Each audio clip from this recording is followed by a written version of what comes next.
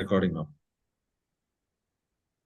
Hello, all. Welcome back to One Pitch Catch. We start with Ajinkya Rahane's retirement. Retired late last week from all forms of, I guess, representative cricket. So I don't know. I guess that includes the IPL. Let's just assume that now KKR have to find a new captain as well. But yeah, I mean, kind of a long time coming. You had Cheteshwar Pujara retire maybe a year and a half ago. Uh, in a sense, it marks the sort of last announcements from that group of batsmen, top order batsmen that really did very well for um, not really an extended period of time, but a reasonable period of time that the Indian batting was able to take care of itself under most conditions. I guess still sometime around the 2019-20 time frame when I think as a group they all started batting pretty badly.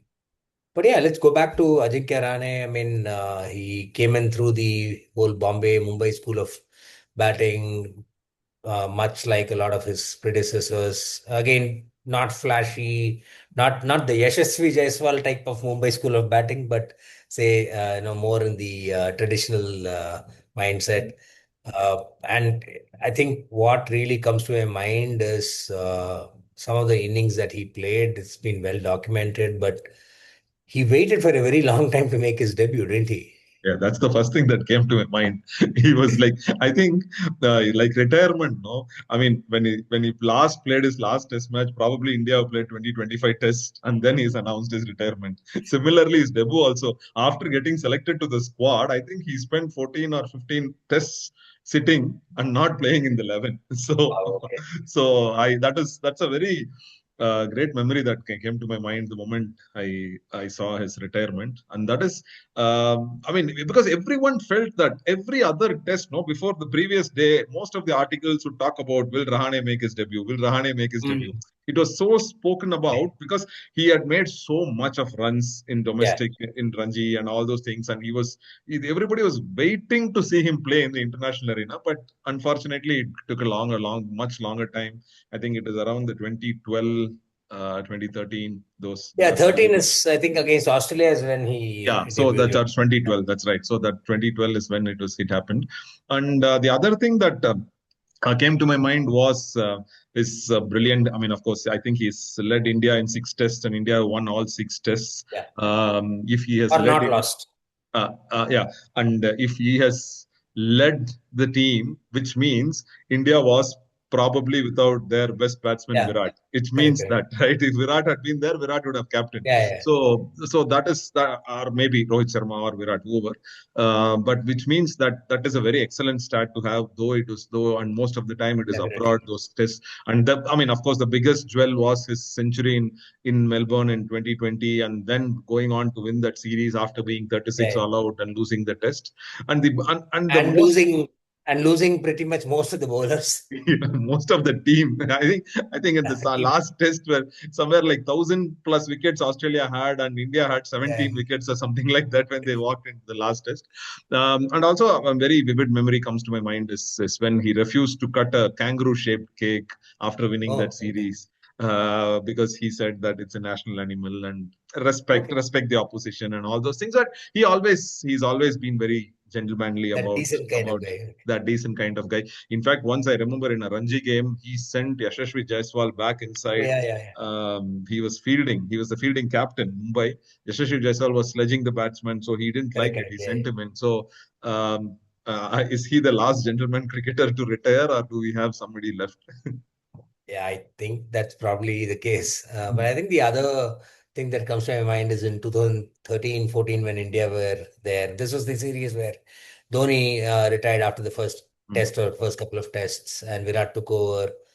And this was, like, I think, in Melbourne. And he and Virat had this amazing partnership. Rahane scored almost like 140. Virat probably made more than 150, if I remember I think right. Virat scored 170 odd. Yeah. 170 odd. And they were tearing apart the bowling. This was Mitchell Johnson at his peak. Like literally the year before, he had made lots and lots of batsmen shiver, including getting wickets for fun against England. And literally one season later, these two fairly newish, right? Because here, Rahane had debuted like the previous year. Yes. Virat was probably had debuted 3 years ago. It's fairly newish, and for them to be doing this to Mitchell Johnson and the rest of the Australian attack was like wow. So that was my most recalled memory of him and his slip catching. Like it, I would say, I mean, I think a lot of wickets that Jadeja and Ashwin and some of the other spinners got, they have to go to Rahane to thank him for it. Just like you had other slip fielders playing their part in so many spin bowlers' careers, or even fast bowlers also, right? So those are my two biggest memories of Ajinkya. Yeah, that's great. I mean, like the 2013-14 series. I mean, everybody talks about the 2013-14 series for the Virat's. Double I hundred, mean, right? the, Two, 200, right? tons of runs that he scored throughout Yeah, that series, and it was his peak in Australia. I mean, he's had a lot of yeah, big scores in Australia, but that series was defining his Australia, Virat in Australia, kind of. It's his first tour toss. I mean, it's not the yeah, first tour. Earlier, he had done once, but correct. that was Yeah, brilliant. I mean, but it is good that you remembered Rahane's knock also, fairly newish, both of them being, and taking Mitchell Johnson apart was not no joke. yeah, That series was, absolutely. though the series And scoreline didn't go to the India's liking, correct. but I Yeah. think it was kind of Rahane and Virat making Yeah, statements about it their helped him careers. establish himself, right, as this number five. So you had Pujara at three, Virat at four, Rahane coming in at five. So it was a nice middle order that kind of got settled. And I guess towards the later part of his career, and maybe even with Rajasthan Royals when he was there, and then moving into CSK and then KKR, he did seem to find a spark every now and then in the IPL and T20s. Although it is kind of, I think we've spoken about it in some of the earlier videos, right? I mean, is he even the right person to be batting for KKR and things like that? But he seemed to be able to reinvent himself. Yeah, he did a lot of reinvention with his T20 batting.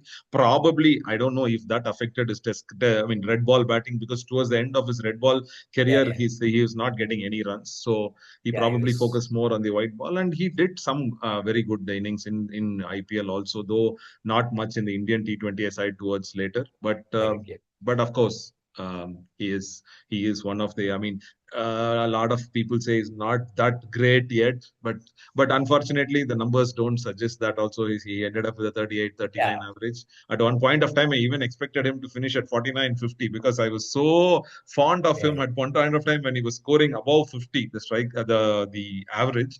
But it dipped and ended up at 38-ish. Yeah. Anyways, so yeah, good on him.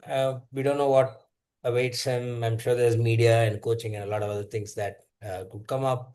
But since we spoke about Rajasthan, since we spoke about Chennai, CSK, IPL, two people that have been part of both teams. So Joe Root was in Rajasthan maybe a decade ago or something like that. And then Stephen Fleming obviously spent all his IPL career at CSK, either as a player or as a coach. And the news is that Stephen Fleming is England's new Test match coach, and Joe Root is England's, should I say new, old, whatever, right? So England's current Test match captain. Let's just leave it at that.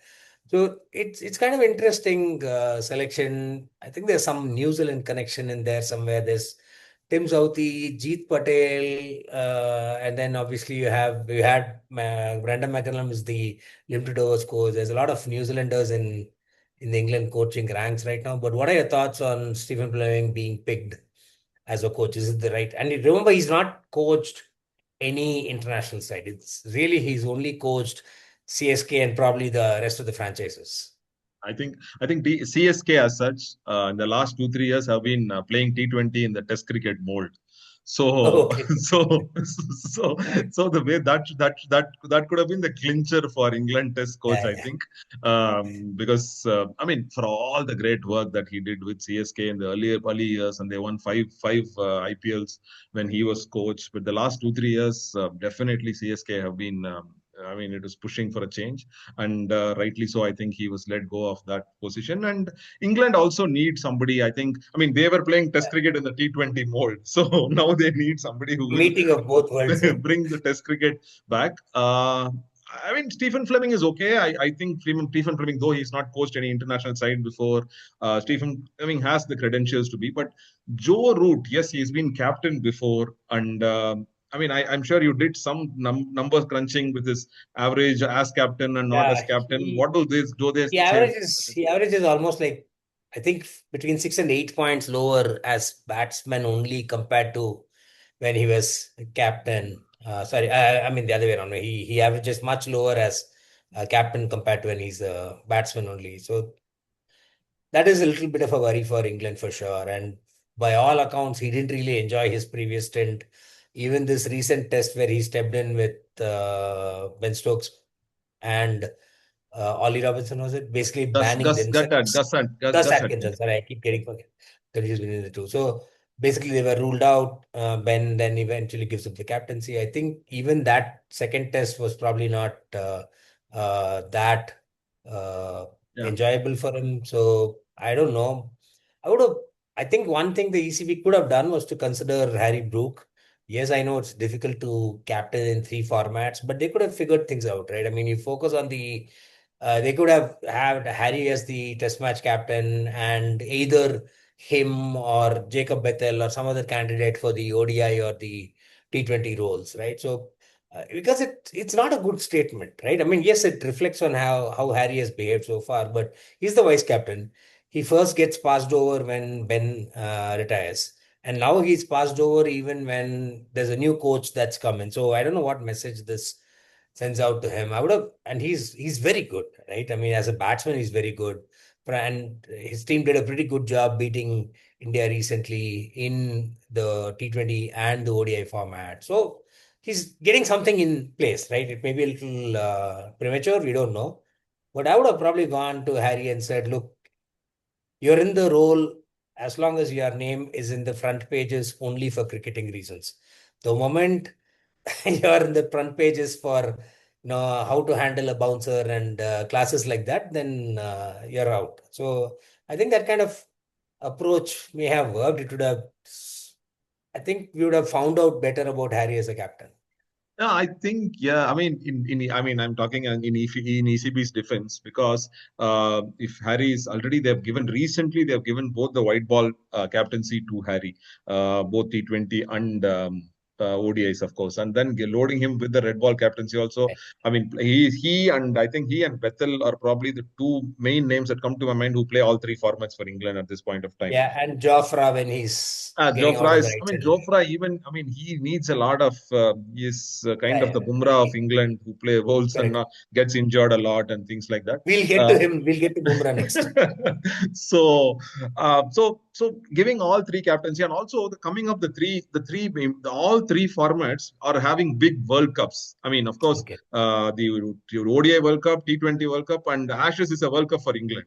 Yeah, yeah. So it's the Test World Cup for England. So The only all thing that those matters. three, all those three together maybe, and I think Bethel, Yeah. yes, Bethel, like you said, is a good option, but I think they would want to wait for 2 years to give a captaincy role to Bethel because he's still young. He's just 21 or 22, so they would want to see him a little more. And by that time, I think Joe Root would have handled the team for 2 years, and then the transition to Brooks slash Fair enough. Bethel Yeah. can happen. Is what I feel.